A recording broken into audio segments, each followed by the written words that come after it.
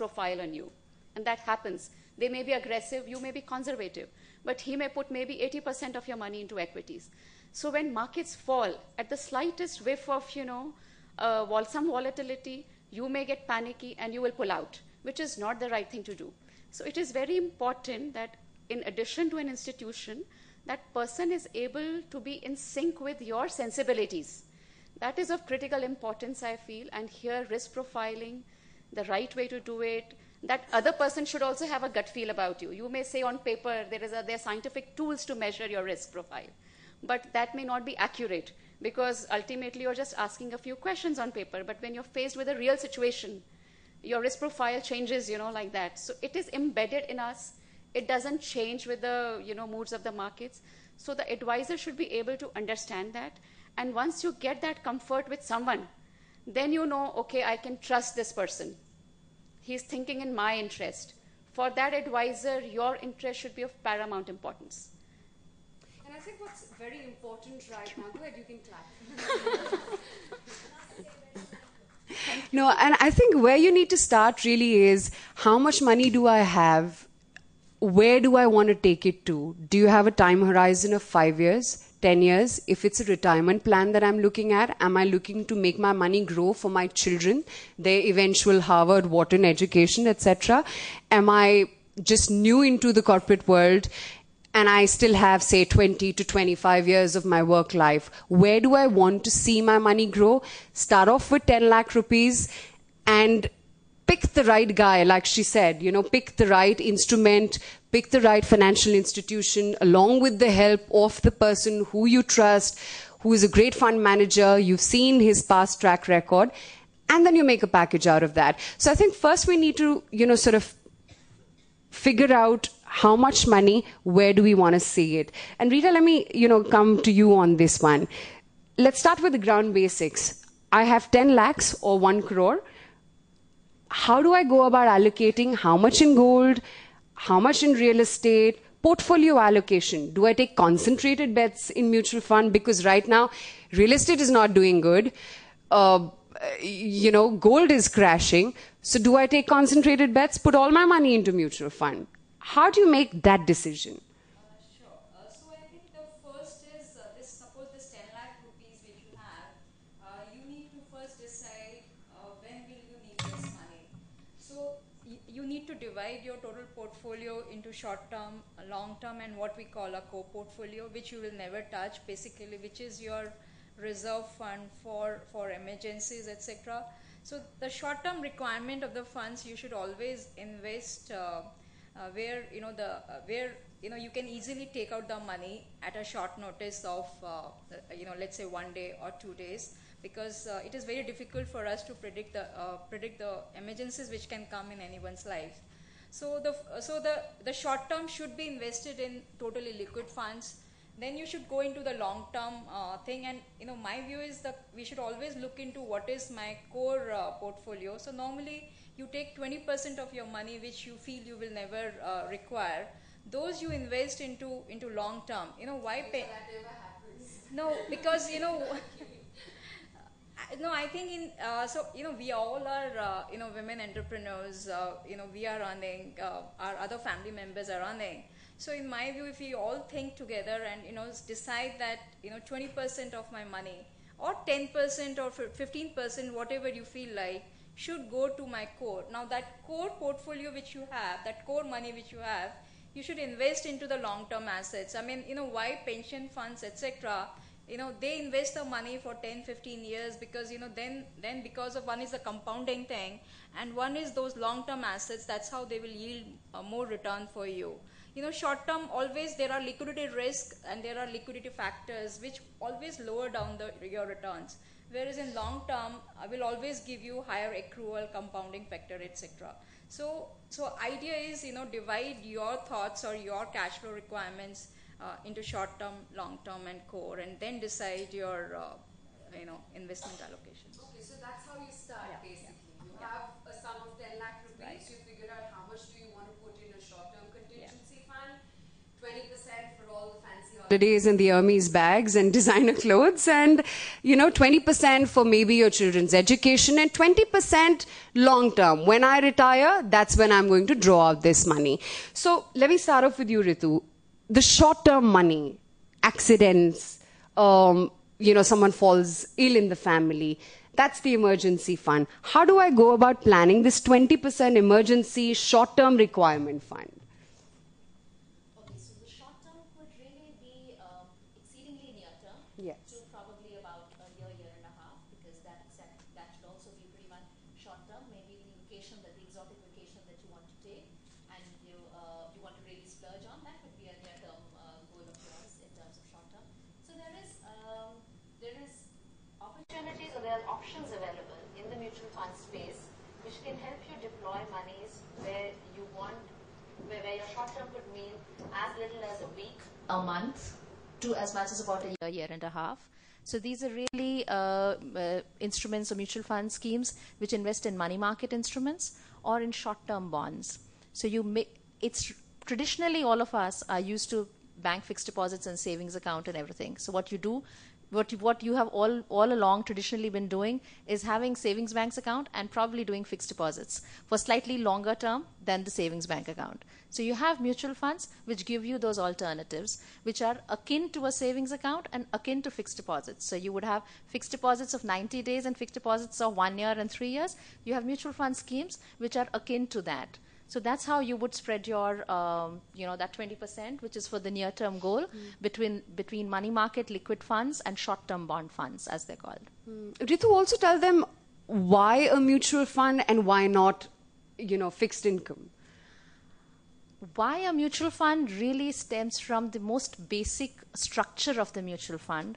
The one thing that the mutual fund gives you, which is of paramount importance and which is something that any other instrument or any one particular bond will not give you, is the diversification that a mutual fund provides. So the money that you put into the mutual fund is spread across. It goes, mutual fund is just a conduit. The money that you invest into the mutual fund scheme goes and gets invested into a portfolio which is 50, 60, 70 bonds. So my question to you really would be that why would you invest in one bond or one fixed deposit scheme or one corporate when through the mutual fund route you can invest and get a portfolio of 50 bonds? Why wouldn't you want to mitigate your risk? Fair point. In addition, mutual funds are more tax efficient. So on a post-tax basis, even if your gross returns on a fixed deposit and a mutual fund are similar, a debt mutual fund are similar, you may end up giving a higher net return in your portfolio through the mutual fund route. And they're very simple to invest in, and they are very liquid too. So in a liquid fund, your funds are available the next day. So that short a notice, the funds are available at. They're highly liquid. As drawing from your regular bank account. Right? Okay, great. So we've taken She care has of a the question there. Yes, go ahead. Someone had a question. 1 second, ma'am. Just wait for the mic. 1 second. Yes. So when you say in the liquid fund, in the mutual fund, you have that scheme, so will it be that your interest rate will come down if you withdraw the money at a short notice? No, not at all. You earn a return on a daily basis. So you do not lose. It is not like an FD where you break it. Every day you earn little by little. Okay. So till the day you are invested, you are earning. You do not lose anything at all. And that is the beauty. That from a very small retail investor to a large corporate uses these instruments for their investments. And your banker will never tell you that about a liquid fund because he wants all the money stashed in your savings account because he's getting returns on that. So yes, liquid fund, and I'd like all of you who are looking for short-term investments to just note down liquid fund, and that should be your mantra to go by. Yes, someone else had a question. I'm just wait for the mic. 1 second. She's just going to bring the mic to you. I wanted to ask you, you said that after 3 years, mutual funds there's no taxation. So for the liquid fund or short-term thing, the taxation will be the same as in an FD? In a liquid fund, you won't get that. See? Okay, your turn. Yes. The taxation, of course, is something that changes every time that they make that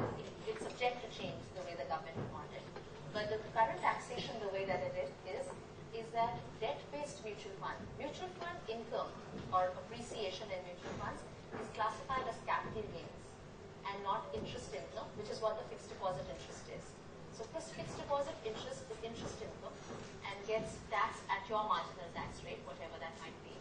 And fixed deposit or mutual fund investment is subject to capital gains. The law there is that if you stay invested in a debt-based mutual fund for a period exceeding 3 years, then you're subject to long-term capital gains, and so which is far lower than your marginal tax rate. Archana, you had a question? Hi, welcome to Fiki Ladies Organization. I'm the president, Archana Dhruviya Gupta. I actually wanted some clarification. There's apparently a Married Women's Property Act, MWPA, and I believe assets which are stamped with this or put under this act cannot be attached by any court. So, if you can give a clarification as to what sort of assets can be put in it, how we can, what is the maximum amount? Do you want to take that one? I would not be aware about this. And there are only mainly insurance products which can avail this benefit. I've not come across any mutual fund products which offer this advantage. And I'm just, trusts, okay? You're going to have to contact a lawyer for trusts. They are difficult to attach, but it does not mean that you cannot attach. So, there are a lot of nitty-gritties, I think, which will be best answered by a lawyer. This is a particular act, but anyway. And also, you were talking about investments and how we should allocate them. So, do you have like a mantra which you can give us? Say at the age of 30 what you should be doing, at the age of 50 what you should be doing, if you're starting from scratch. Fair point. So I'm in my early 30s, and that's the question sometimes even I think about, where from here, where after 20 years, what about my retirement? I'm earning well right now, but what next? And I guess, again, like Rajul and all our other panelists have been saying, identify what is it that you're looking for. 20%, you have 100% corpus. You have 10 lakh rupees or 1 crore rupees or whatever it is. Break it up into 20% slabs and figure out, for short term, how much money do you need? What are your core responsibilities right now? I don't have kids as of now, but when I do, I would surely want to save up for their education. I mean, why should it be just my husband's duty? So figure out how much money do you have to put into your core. Do you have a home loan that you would like to pay off? And do you want your money to work for you to pay your home loan and not just you? Figure that out. Figure out what your retirement age is. Figure out how much money would I have at the end? How do I want to deploy that? Is there a property that I can sell, put that money into mutual fund? Am I looking at selling a property? Do I want to buy another property? Do I want to invest in gold? Do I want to collect money for my daughter's marriage? I think it's goals that you need to identify, if I'm right. Yeah, absolutely right. Actually, there is no single solution for someone, everybody who's in the age group of 30. No, it's not like that. It depends on each one's personal circumstances and what are they looking at, what their goals are in life. I mean, at 30, someone may be wanting to, take a sabbatical from their job and go on a holiday. Exactly. Or spend time with a close one who is critically ill and you don't want to work for the next 2 years. So goals could be very different from person to person. So the first thing that actually you sit with a financial advisor is that we try to take a holistic view of your entire financial situation. You could belong to any age group, does not matter, 30, 40, 50. But a holistic view is important, that where are your current investments? Are they all in savings account? Or partly it is in real estate or gold or fixed deposits? So that information is necessary. 2 would be, like she said, what are your goals? So each one's goals could be different. So at 50, you may be still worried about, your retirement. You have not saved enough. That could be the biggest worry. So you have to rank your priorities.